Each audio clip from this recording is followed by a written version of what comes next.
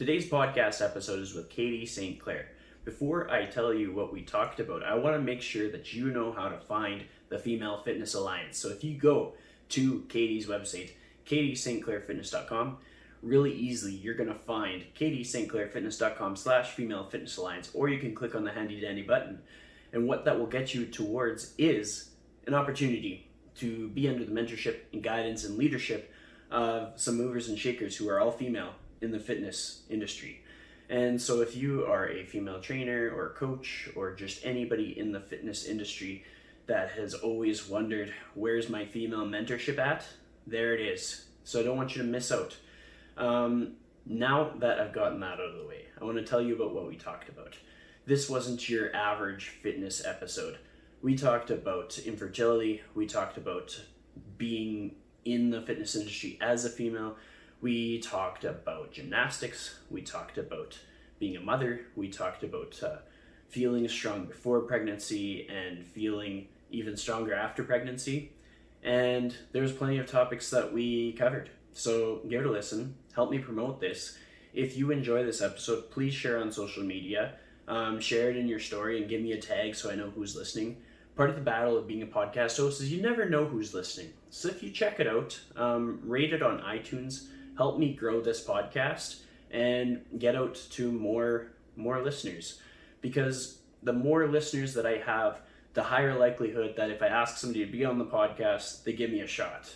Thank you for supporting The Lifestyle Chase, and I hope that you enjoy this episode. Welcome to The Lifestyle Chase, Season 2. This podcast features high performers who have found a way to live their best life while balancing their health, wellness, friends, and family. I'm your host, Chris Little. Let's get started. The Lifestyle Chase is brought to you by Yeg Fitness. Yeg Fitness is Edmonton, Alberta, Canada's healthy lifestyle community, creating and supporting active living for all. Check them out online at yegfitness.ca and on social media at Yeg Fitness.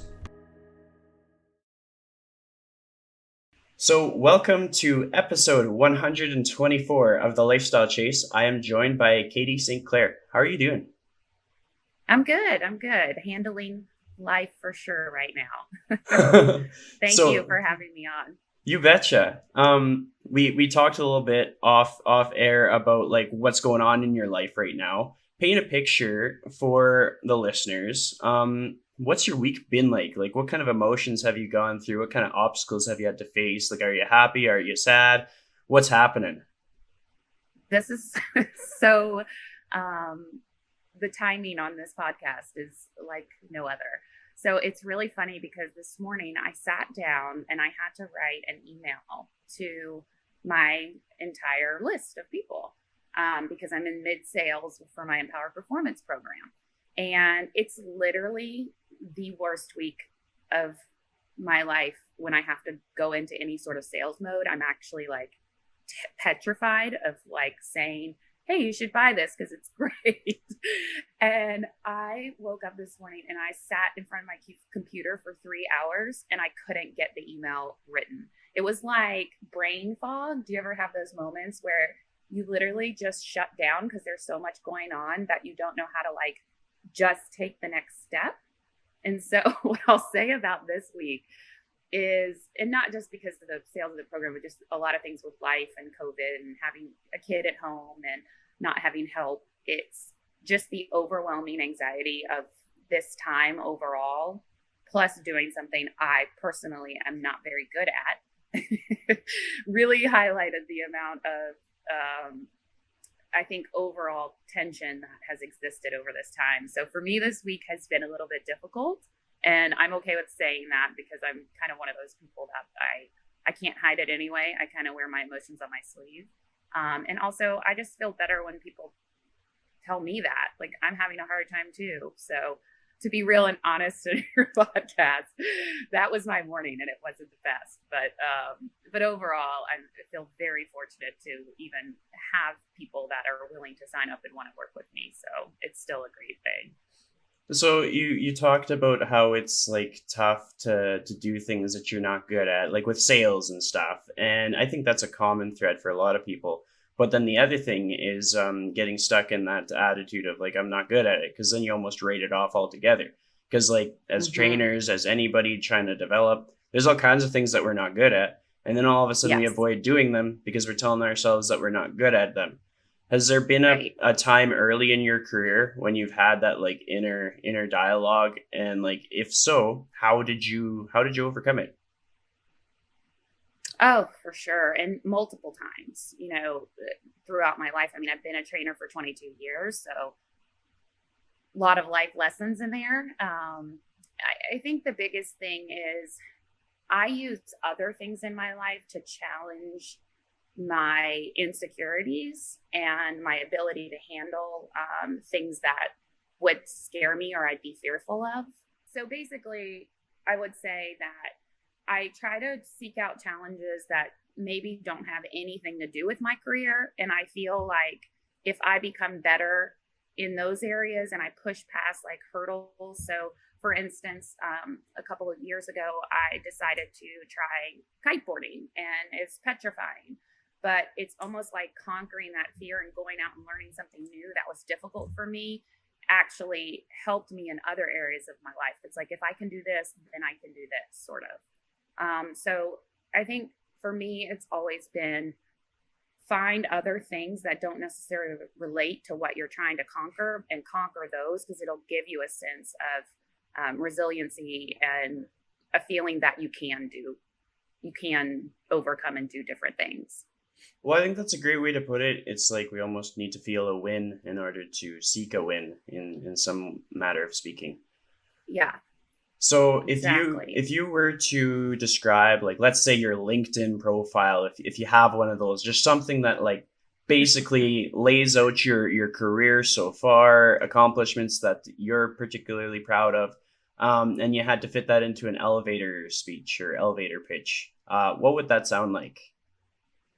Oh God, that's a hard question. So I think for me, it would sound. I would say that the greatest thing I've ever done is become a mother.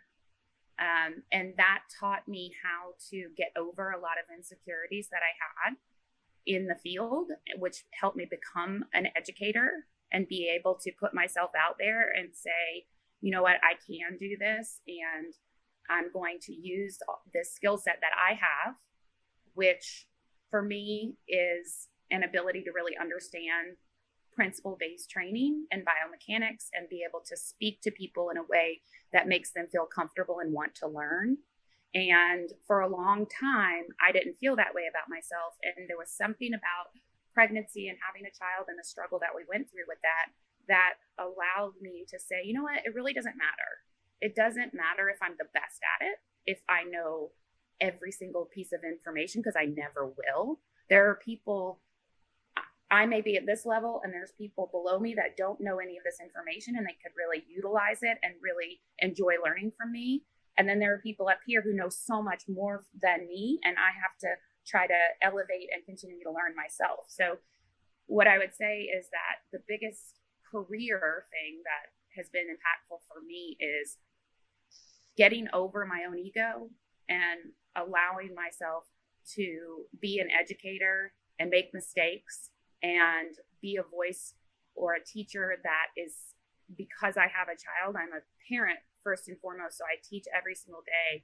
And it's really important to me that when I teach to people, they feel as if I would be there to answer any question. There's no stupid questions. There's no, you don't get it, you're dumb. I want everybody to feel safe and that I'm there to be a support too. And so I guess being a mother and then having that side of my business sometimes I think correlate, because it's taught me so much about what it means to educate another human being. Well, I mean, that's a very valuable point because like there's a lot of I was thinking about this before we pressed record. I was doing my morning routine and thinking about like why is it that I learn things from female fitness professionals that I don't learn from male fitness professionals. And then I was kind of thinking back to like okay, like who are my strong female role models, and like one of them by default would be my mom. And I was like okay, Mm-hmm. like what did my mom teach me that my dad didn't teach me? And like my parents both teach me things, but like my mom's brain just works differently.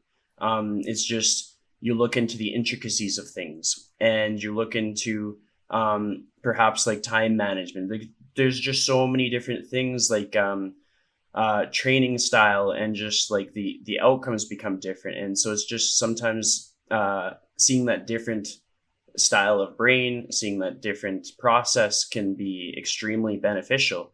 And like with that being said, that's why it's so important to me to have people like you on the podcast, because like I've interviewed a range of people, some female trainers, athletic therapists, stuff like that, or just in conversations in day-to-day life when I'm talking to somebody who just like started training. I'm like, hey, who do you look up to? And like when I talk to a female and she's like, oh, I look up to Eric Cressy, I'm like, well, yeah, but I look up to him too. But like, what kind of female fitness professionals do you look up to? And then Yeah. they're just dumbfounded. Like they just don't have a name. And I'm like, oh, oh, wow. Cause like I know about people, but not everybody knows about people. And Mhm. so with me talking about that, like, what are your first thoughts with the fact that like there's girls starting out their career, and they're looking up to like white bald guys like Eric Cressy, Jordan Side, like those are awesome guys, but there's so many other people to learn from because they're missing out on like half the opportunities. Like, what are your first thoughts when I talk about that? Well, you're speaking straight to my heart. I literally created an entire fitness alliance called the Female Fitness Alliance, which you probably know about. And the intent behind that was that I've never had a female mentor. In my entire life, 22 years as a trainer, I have never had a female mentor. My gymnastics coach was male. My all of my coaches were in high school. All of my most of the people that I educate myself and, like you said, are white men, and it's not intentional. It's just that's what runs the field. And you go to a conference and there's like a handful of women.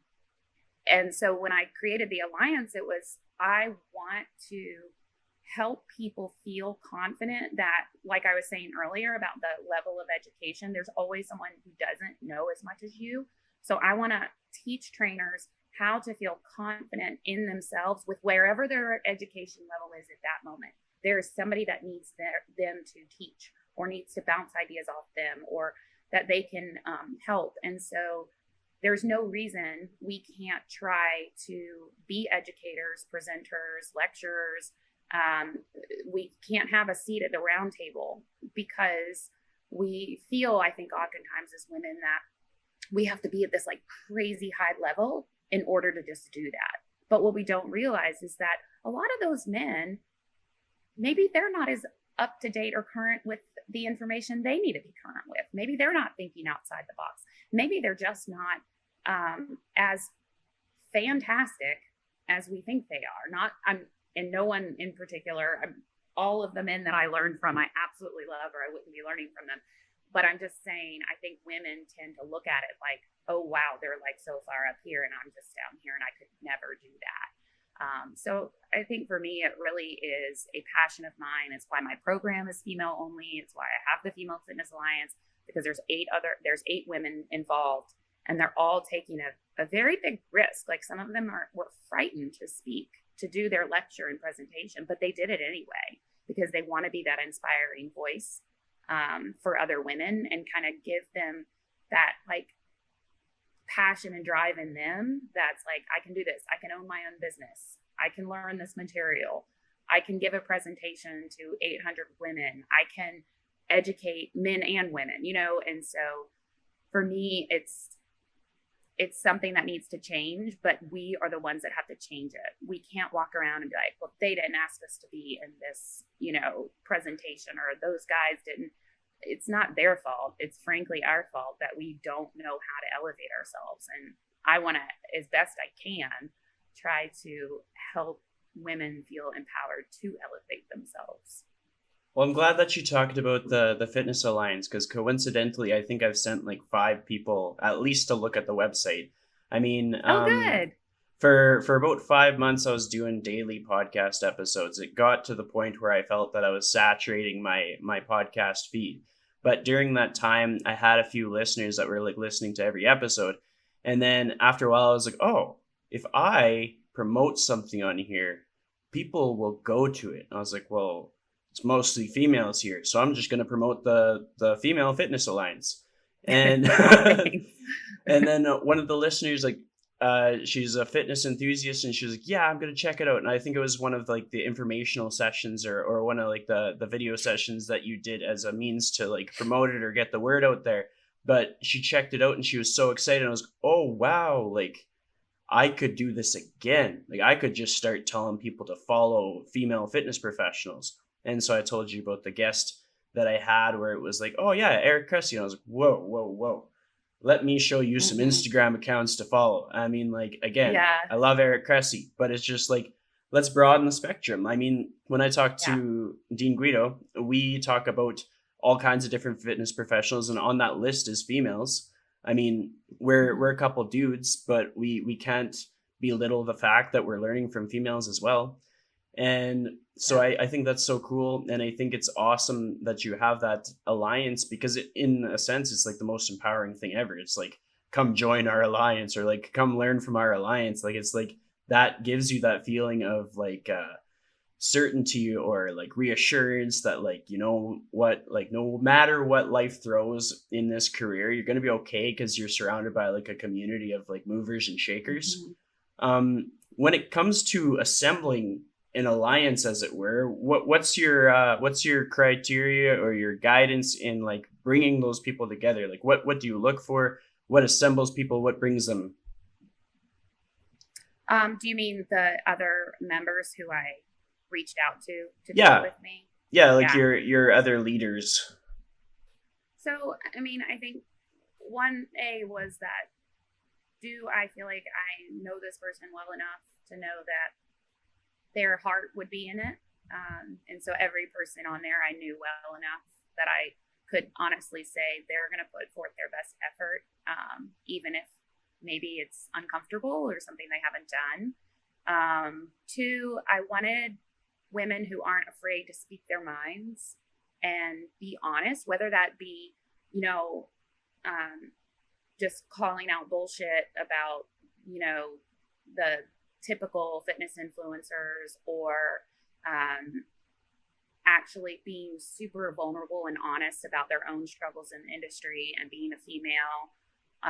There's so many different pieces to it, but I also wanted people from different areas of the profession. So strength coach, you know, physical therapy, nutrition, business owners, but mostly everybody on that group is their own business owner. So I felt like no matter what, if you've ever put yourself out there and been your own business, it's shocking. I mean, because it is such a stressful and hard endeavor in the beginning. And so just the fact that they had done that speaks volumes to me, you know. Or like, if you look at Michelle, she's been in a man's world for Michelle Boland, who's amazing. Her presentation yesterday was excellent. And she spoke a lot about this and how she's literally just been living in like a boys club, and she's had clients. She referenced a client that came into the facility that she was working at, and she was talking to him about what the facility could offer him. And he kind of looked around, and he was like, well, who would I work with? And she was like, well, I could work with you. I'd be great. And he was like, why would I work with you if there's a bunch of other male trainers? And kind of looked around, and she was the only female. And she was like taken aback.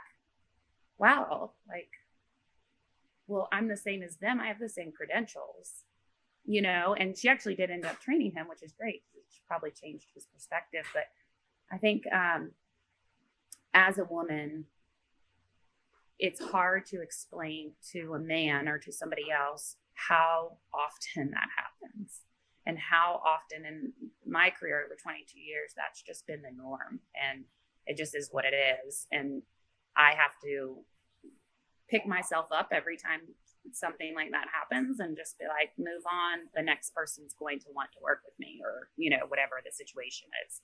So Yeah, did I answer your question? Oh yeah, I mean, this happens so often in a podcast. Like I'll say one thing, the other person kind of talks about something they're passionate about, and that's the purpose of a podcast. It kind of led me to my next question. You talk about how like a female fitness professional can be in the situation where they are meeting someone for the first time, and then uh the other person's like, no, I can't train with this person because they are a female. Like, how can I, as a male trainer or male coach, be like a supporter of female trainers and coaches and help reduce that from happening? That's a really good question. I don't know that it's on you to do that. I guess like it's very kind, and I see what you're saying, but at the same time, there isn't. Well, what you're doing is half of it. So you're bringing females onto your podcast and highlighting them to give your listeners a broader perspective of the human experience. So that's one. Two would just be, I guess, generally reaching out to females as your educator. So asking to be a part of females programs, like signing up for my programs and or Michelle's program, whatever, as a way to support that person. But overall, I really think it's on us. Like as females, we have to dig in deep, even if it's hard, and we don't feel like we have much of a voice now, and say, how can we give ourselves that voice and be okay with that? And it's not just in fitness. This is in every aspect of life. I mean, women are not necessarily as equal in a lot of fields. It's not just fitness. So what can we do to let you know that we are good enough to be in those places and have those seats at the table? I would just say for anybody, if it scares you and you're nervous about doing it, sign up and do it anyway and just get over it, because what is life if it's not getting over hard things and trying to become better? Otherwise, we're just stagnant. And I just think for whatever reason, it's become a little bit more norm for women not to push those boundaries. But I think that's changing hugely. I'm seeing it all over the place, not just in fitness. So yeah. Well, that's a good takeaway, and I mean, like sometimes it just comes down to like just communicating more clearly. Because if let's say I walked through life and I was like, yep, I've learned a whole bunch. I've learned a whole bunch of stuff about fitness. But then if I communicate clearly, I'm like, I've learned a whole bunch of stuff about fitness, and I learned from this person, this person, this person, and this person. When I start to include female fitness professionals in that list, and it happens often, then all of a sudden it kind of changes the dialogue, because like not everybody's going to care who I look up to, but some people are.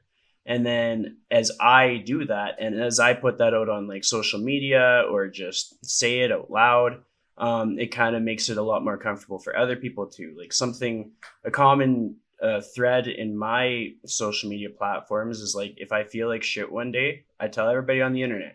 If I feel pretty good, I tell everybody on the internet. It's just like, if I'm struggling, then I put it out there, because like my belief is that by being transparent in that sense, the people who gravitate towards you, like they know what they're getting.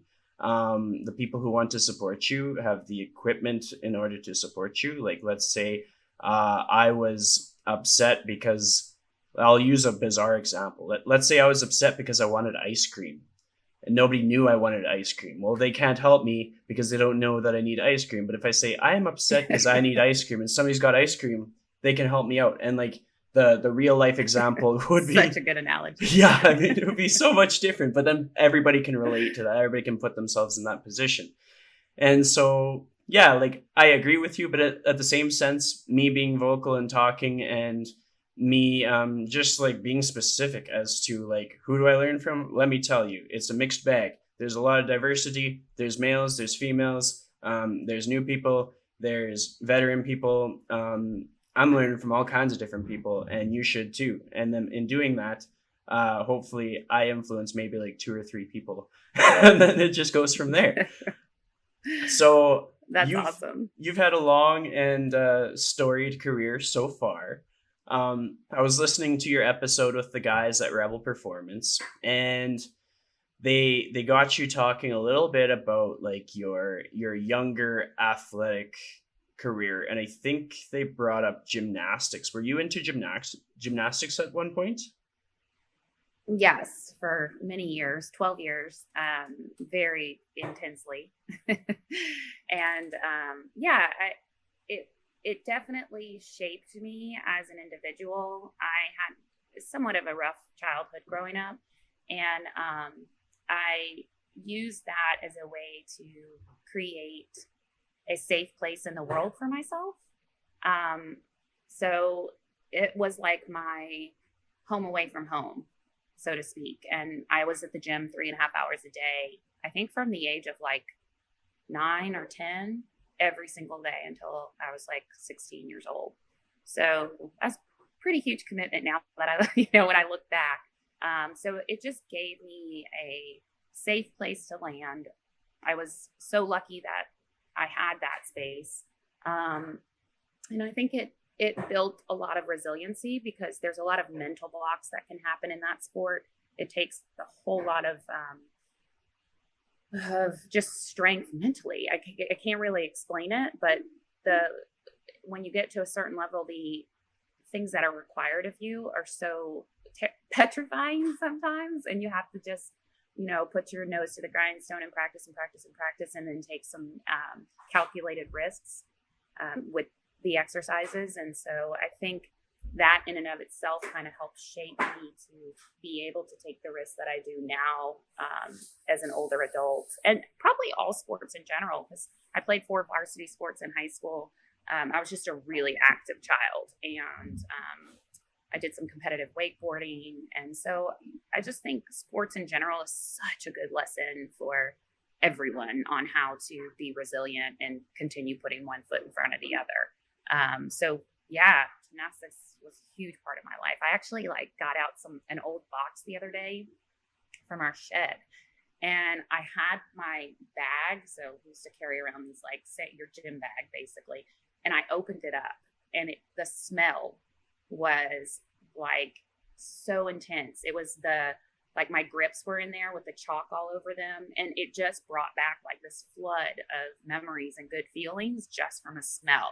And I thought, wow, that's really crazy how after 30 years here I am, like, whoa, and overcome with that feeling. And it was like a strange comforting feeling. But I think we can underestimate how much what we did as a child can impact who we are now. And so for me, gymnastics is a huge part of that. It's also has a lot to do with the way that I coach and my exercise selection and the way that I create exercises based on principles, because I may use a foundational principle, but I literally am fine with just coming up with any exercise I see fits. It doesn't have to be something I've ever seen anybody else do. And I'm going to use it if I think it works. And I think that's that gymnastics background of me being able to feel certain things in my body because I used it so much in so many different movements and ways. So for what it's worth, I think it's very significant in my coaching. Well, I think that's an important concept to have or to embrace. I mean, a lot of times we learn all these systems, and like I I learn a new system every day. Like I open up my Instagram and I learn a new system. But like when it Yeah. comes to learning and stuff, we can get frozen in fear of trying to get so good at applying one particular system that all of a sudden we don't do anything, or we're trying to like make a round ball fit into like a square hole kind of thing. Like we have so many different clients, different people that we work with, different communication styles, different anatomy, and if we're scared to just like throw the spaghetti at the fridge and see if it sticks, then somebody's missing out on something. And so I like that you said it out loud, that sometimes you'll just try something a little bit new just to try it. Because I mean, I've had a lot of value in doing that. Like I'll be the first to admit I make all kinds of mistakes when I'm trying to like come up with what I'm going to do with a client. But then I've also had lots of victories where it's like, oh wow, that was the coolest light bulb moment ever. Like, I got my client to improve. Yes, and they're happy. Yeah. Score. Right. Like, it's not as complicated as it has to be. Right. When you That's talked about so true. when you talked about gymnastics and safe space, I want to know what defines a safe space for you. I can relate with so many different things that I've done in my life and how it just gives me that comfort or that security. But I want to know in your words or experiences, like what made gymnastics give you that sense of feeling where you describe it as like a safe space. Well, um, I think having something you're good at. We all need to have something we're good at and be able to go back to that and do the thing we're good at because it provides validation for just who we are and knowing that. So, like today, for example, I'm frustrated and I can't send in a single stupid sales email because I'm so bad at it, or at least that's what my perception of it is, that I shut down and it causes so much anxiety or craziness in my brain. But I'm good at, movement. So movement for me, whether that be gymnastics or whatever, was always like a feeling of I'm good at this and it makes me feel comfortable and it allows for me to feel successful, which then allows me to feel calm. And then the other aspect, especially within terms of gymnastics, was I just had a really good coach. I had a wonderful gymnastics coach, and he looked beyond like traditional training. We did Tai Chi. He talked about nutrition to us. We had massage therapists. So he really, especially for the time now, looking back, that's probably a little more normal. But when I was a gymnast, that was a little bit outside of the box to be thinking that way. He had us close our eyes and meditate. Every night we would go through our routines in our heads and really work on some mental clarity and focus. And so I didn't know at the time because I was a kid, but those were skills that helped me to become a better human, not just a gymnast, right? Like, I wish I could go back and ask him how he knew to tell us that, because I had another coach that didn't do any of that stuff. It was strict, and it was like, you do this, and if you fall off that beam, you're going to give me 50 push-ups when you get on the ground. As soon as you get down, yeah, it was crazy. And so there's a lot of different ways that you can support people and challenge them. And I'm just a big believer in lifting people up and giving them some sort of life skill that helps them overall. And so, yeah, for me, gymnastics, especially with him as a coach, was just very comforting and safe. Well, I think it's super cool that like he went through things like meditation and kind of took like more of a holistic approach to it all, because that's something that's still needed in the world today, and especially in the middle of a pandemic, like where people are going through stress that they've never gone through, or they're having self-realization that they didn't know that they could, and sometimes that's bad and sometimes that's good, but it's happening. And so it's like people need to have like some kind of a safe space. It's some semblance of normalcy to kind of like get through these times, something to be like, it's going to be okay. Because like if we go through every day where it's like, oh my gosh, oh my gosh, oh my gosh, like the sky is falling, well, that can't be good. Like if you compound that over time, that's going to be really, really bad. When is a time, and it could be recent and it could be midway through your career, where that whole practice of like meditation, reflection, visualization, or whatever you would define it as, has been really valuable to you? Like when is a time that you've like really had to take that tool out of the toolbox and utilize it to the fullest? I mean, I think it's never not been valuable, like in whatever form or fashion.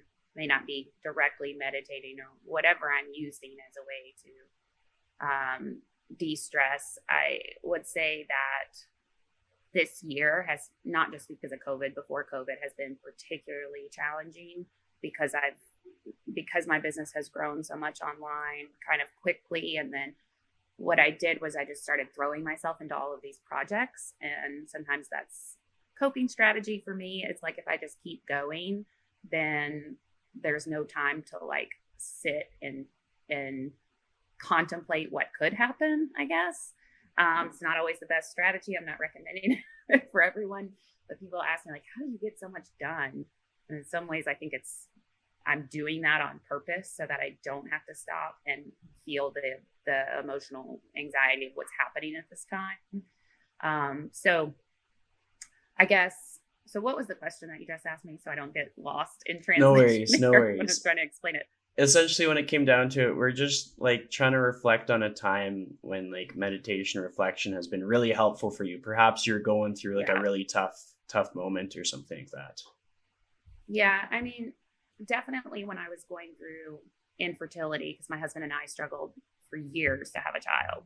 And so that was, I mean, and I had a therapist, and what's interesting is she would constantly talk to me about meditation and breathing and all of these things. But I don't think I ever embraced it the way I did until I started to get kind of deep down into a lot of the postural restoration stuff. And so here it is. I mean, it's breathing and it's positional breathing work. But what I found that as my body that was so out of balance was put more into balance or more symmetrical or whatever you want to say, using the positional breathing techniques, my whole nervous system calmed down, like gut issues cleared up. Just overall, I was able to think clearer.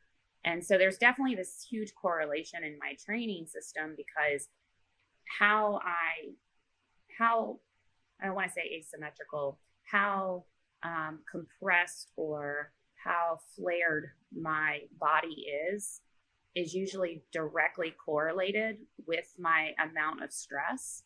And then my amount of stress can be hugely limited based on the position of my body. And so I've just seen this huge nervous system balance act that's happened over the past few years since I've been able to use that work. So even though she was telling me to meditate and do all this deep breathing stuff, it wasn't working for me very well because my system was so out of whack that my nervous system was on overdrive and I couldn't manage my emotions at all. It's like I needed both. I needed to get my body back in order so I wasn't in so much pain, because when you're in pain like that, it's just fight or flight all the time. And so meditation can almost be like stressful because you can't even get yourself to a place where you can meditate. Whereas now my body's calmer because I've learned to reposition it and not have the pain. So now when I meditate, I get more out of it because I'm able to get to that place without stressing that I like can't sit still, because I'm always trying to get out of my body and get away from the uncomfortable pain from, years of musculoskeletal, I guess, damage, from sports. Well, I mean, it's really important that you brought that up because, like, I can talk about meditation with people all day long. I could just bring out all these different examples, but there's going to be people where that does nothing for them. And it's going to be frustrating for them to hear me talk about it. So let's dive into what helped you with that revelation of the other piece to the puzzle, as it were. Yeah, it wasn't intentional. I went to a bunch of courses. I kind of got sucked down the rabbit hole of just wanting to learn because I thought, wow, this is so brilliant. This is the first time in my life that I've had relief from my own back and neck pain. And it took like a year for me to really start noticing it. And then I never will forget, like I was at the gym with my friend Jill, who I work out with a lot. And there was like this day we were talking and I thought to myself, wow, my back and my neck haven't hurt in probably like 6 months. And I have told so many people this, but I went through like 5 years straight where I had to call in sick to work because I would not be able to get out of bed. I literally couldn't stand up straight. I was listed to one side or I could not turn my head, and it was just chronic. And so it was impacting my life for so many years. And then on top of it, I felt guilty or felt like I wasn't a good trainer because if I can't fix myself, how am I going to help other people? And so I would like hide and never really say anything. I'd just be like, oh, I was just sick. But really, I was just like in a lot of pain because I had disc bulges and all kinds of stuff going on that just prevented me from moving well. And I went to physical therapy and it just never got better. And so seeing that their system was so helpful in me getting past that, then I just went, I'm all in. What can I learn from every single human who possibly could be talking about these things? And then I was like buying books, reading articles, following people like Zach Couples and going to the intensive with Bill Hartman and all of these things, because I felt like this is really impactful. And if I'm going to be the best trainer I possibly can, then I need to know everything. So Oh, that's kind of how it happened. Yeah. You answered it really well, and you got me thinking, like, at this point where you're in all this pain, you're like calling in sick, and you just like, you felt doomed. Did you ever kind of feel like there was no solution? Like that was just it? You're just throwing in the towel. You're going to be in pain for the rest of your life? Yeah. I mean, luckily I'm married to a really amazing physical therapist. And he was fairly new into the field whenever a lot of this was going on. And so, yeah, I did feel that way. I felt like, I felt sad because I was an athletic person my whole life. And I went out. I remember one day I decided to join a tennis league. It was like a 3-5 tennis league, something really, I was playing with like 7-year-old women. It wasn't even hard. But I'm competitive, and I got out there and was in the middle of a match, and I just heard my back like pop. And that was kind of the like last straw of, I can't do anything now. I'm not going to work out. I'm not going to lift heavy. I'm not going to try any of these extra sports. I'm just going to like go to the gym and do very safe sort of things and stop doing all the things that I love. And that's kind of what happened for a while, for like 4 years, probably. And so that kind of leads into that. Then it was my infertility struggles that prevented me a lot because of all the hormonal things that I have to take. And then, I had a C-section. And so after my son, it was like, all right, I have nothing. I just had my abdomen cut open. I am here with a baby who has colic, and it was like I just had to function and make sure that child was fed, and like that was it. And I couldn't even think about my own physical struggles. And oddly enough, this is really weird, but I think because I had so much pain, and I've never taken pain meds, like I just can't tolerate them, or I'm like concerned because I have a family history of addiction. And so I just always like worried that would lead to something. And shockingly, and this is to speak to the whole pain mechanism, I did not have to take a single pain med after my C-section. I literally only took anti-inflammatories, and I didn't feel pain. I told my husband, I don't feel pain. Why do I take it? And they were like, you need to get ahead of the pain. And I was like, this isn't that much pain. Because I literally think my back and my neck were so bad for so long that I had built up this huge tolerance to pain that literally it didn't even bother me that I had a C-section. It was the weirdest thing. And everybody kept saying, you need to get ahead of it. And the whole time I was like, I'm fine. And I didn't feel like terribly like in pain. I was getting up, I was breastfeeding, I was doing everything fine. And so the reason I brought that up is because I think that is a really important thing, and it was a good lesson for me. And even though I went through that really hard time and I almost gave up on myself, it did build something. It built tolerance to pain.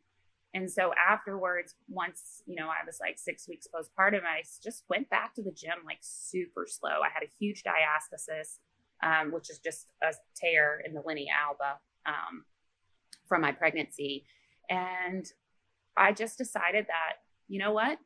I'm going to do like the simplest of simple exercises. I'm going to start from the beginning. And that was literally like when I reached out to ask people, I just put a message on Facebook and said, I don't want to take any of like the traditional continuing ed courses. I need something different. And that's when I started, and I found PRI and kind of started going down the rabbit hole. That's awesome. Something that I like about this episode is we're talking about things specific to females in the sense that, like, how many podcasts are you going to listen to where someone talks about like infertility or like a C-section or anything to do with like growing a family? And I think a lot of people that listen to my podcast are going to get some value out of that, because there's going to be people that are like, oh, well, now I would like to start a family and I've come across this struggle, and how am I going to get through this? And if somebody like yourself doesn't talk about it, where is the hope for that other person? So let's say you took the version of you that went through all of that emotion and just struggle, and you had to give that person, that version of you, some advice or some reassurance or just some guidance or support. What would that support look like or sound like? Oh, that's hard. Yeah, I think just the best advice I could give to somebody else, wanting to support somebody in a moment like that, is just never trying to fix, but always just listening.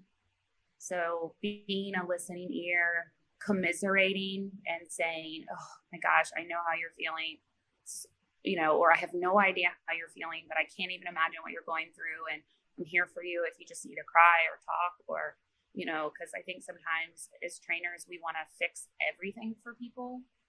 And what people really just need is someone that says, I don't know what to tell you, but I'm here to listen, and I can only imagine how hard this is. And so, yeah, just not trying to fix. And that's also like a very male trait to, like, because I know if I cry, my husband's like, I don't know what to do with it.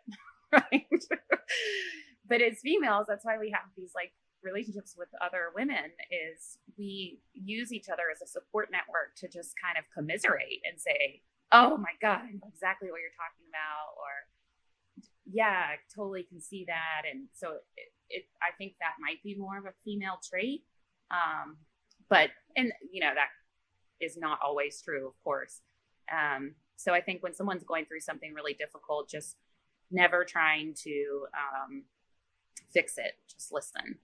Yeah. Well, I think that's an important point. It's so true. Like, dudes are always walking around trying to fix things. Oh, that's broken. Me fix. Like, it's like. Right. And that's probably one of the most versatile lessons that I've learned as far as like continuing education. Nobody ever considers like listening skills as continuing education. Well, I mean, not specifically. It's, you never see it on like if you go into a seminar, oh, this seminar is going to be about like conscious listening and not fixing problems. Most of the seminars are about how to fix problems. Yeah, and so it's so like, true, right?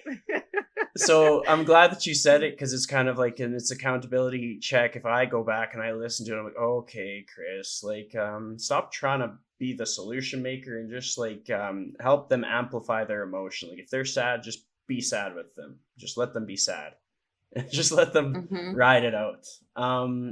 So I actually have like a client that will be having a baby. And so as she gets back into fitness, like what's the best guidance for someone getting it back into fitness? Like for me, like the approach that I would have is like, don't overcomplicate it, kind of take each day as it goes and do things that make you happy. But I'm a dude, so let's hear it from you. Yeah, so I do think there needs to be more attention paid to this matter. My dad is an OBGYN, and I bring him actually onto my program because I want him to give the perspective of what's actually happening to females, and the surgical interventions that they use to manage things like, prolapse or endometriosis or whatever is going on with females. So I'm glad you asked this, because I think it's really important. And I think there needs to be kind of a two-part approach, or maybe three-part. So there needs to be like, they're in that first 6 weeks of recovery where they're just rebuilding a foundation for even just moving safely, like carrying the baby in the car seat and, being able to unload the dishwasher and not bearing down and, creating a scenario that, because those are lifestyle things you have to do when you have a child. You have to carry them around. It's heavy. And then transitioning from like that 6 weeks to like 6 months. And I believe that pretty much everyone, I wish I would have had it whenever I was postpartum, should have probably some sort of check-in with a physical therapist that's knowledgeable about these things. And there's so many more people, or a trainer that's knowledgeable about postpartum, and kind of how do we safely bring that person to a higher level of strength, while making sure that we don't create any pelvic floor dysfunction, or we're looking out for any sort of diastasis signs. And then the third would be, now you're with your regular trainer, or you've been with your regular trainer that's also been in that 3-part step with you. And then that trainer is going, okay, I understand that the alignment of this person's pelvis and the alignment of their thorax is going to change how their pelvic floor can function. And so if we understand just kind of a baseline of position, which doesn't have to be knowing everything in the world, but just understanding how the pelvic diaphragm and the thoracic diaphragm work together, and just a little bit of education and knowledge on that can go such a long way. So then, when you're working with that person, you can even know their cycle. Hey, it's the 3rd week of your cycle and you're about to menstruate, your uterus is heavy. Maybe I don't put 200 pounds on your back because I could cause prolapse, or maybe they're not lifting 200 pounds, but that could be 50 pounds for a person that's 6 months postpartum. And that could be a significant amount of load on a diaphragm that maybe isn't functioning the way it should. So all of those things, and that can get kind of complicated, come into play. And the real thing, the real important part of it is that we're working in conjunction with physicians, therapists, and strength coaches. So that's where it gets a little murky, because there isn't a lot of overlap, and there are people out there trying to create that overlap, which is amazing and wonderful. And it's one of the things I try to do as well. But it's something that we really need. And so the biggest thing I would say is just get some information somewhere on how to properly manage the position of the skeletal system so that the diaphragm can work really well, so you don't end up preventing, or you don't end up causing common things like prolapse or leaking, or whatever you want to call it.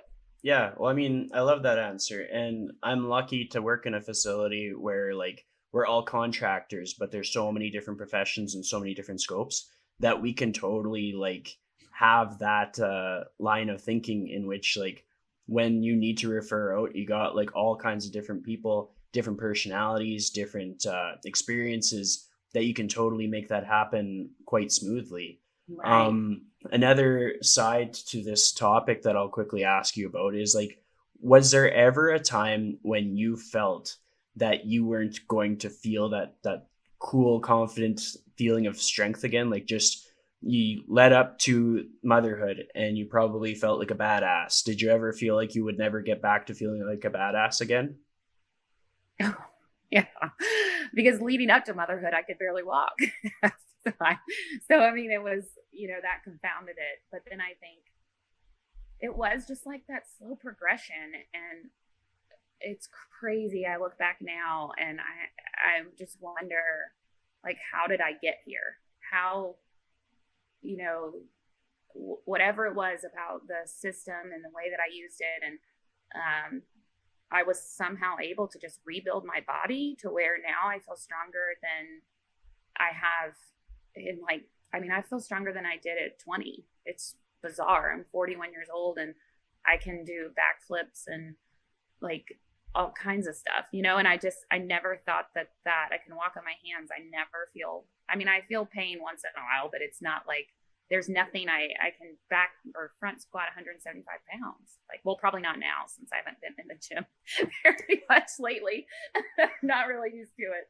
But I think it's just a testament to how resilient the human body is. And if we take principles and we use them in our training, and then we progressively, slowly load someone safely, there's, we need some of this positional work, but we also just need progressive load over time. And those two things combined can build a body that really, really, really works. And then you can get into other things where for me, I love biometrics, I love athletic movements, and I've just really embraced incorporating those back into my training. Because although I'm 41 and I'm not doing a ton of sports, I do still move a lot. I love, like last night, we were just in the street playing basketball. Like, I don't even want to worry about the fact that that might flare me up, or, you know what I mean? And so I think, regardless of what you're doing, it's always important to have like a base of really good foundational movement with strength. Well, I'm glad that you said that you felt strong now, because I think a lot of people can kind of put themselves in the position of feeling like they're doomed. There's no hope. And it could even be with how people feel emotionally now in the time of uncertainty in COVID-19. Like, Yeah. gyms are closed, so it's like, oh, we're doomed. There's no hope. But like, there is hope. I mean, I always use the example of PayPal, or just all those different businesses that just popped out of nowhere in financial crisis. Like, it kind of depends on your attitude, your approach, and how much of a strong foundation you have. Like, if you are Mm-hmm. mentally resilient and you've got a lot of grit, and you're tenacious in your approach to how you start your day and how you get through it, you're probably going to be okay. Like, one of the richest people is selling random stuff on the internet. So like, if he can do it, anybody can do it. Like, and I was like Yeah. referring to Amazon. It's just like, who would have thought that Amazon would be this empire? Like 20 years ago, who would have guessed that? Right. Yeah. And so Oh. to wrap things up, I'm going to have one final question for you. And that question is, if you could give a person a piece of advice on how to live their life to the fullest in the most authentic way, what would that piece of advice be? Oh. Um, don't be too hard on yourself and take risks, and know that just be okay with failure, and try things over and over again, even if they're not perfect, and just try to find a little grace for yourself. That's an awesome piece of advice. So thank you so much for joining me today. Thank you so much for having me, Chris. I really appreciate it. So, your challenge for today's episode is I want you to really lean into something that you're awful at. So, pick something that you're horrible at and then do it. And be okay with failing, be okay with completely screwing it up. But tell me what that thing is in the comments to hold yourself accountable. And it's kind of cool for me to get to see what everybody sucks at and what they're going to improve at on, because maybe that'll inspire me or somebody else. Thank you for listening, and we'll catch you on the next one.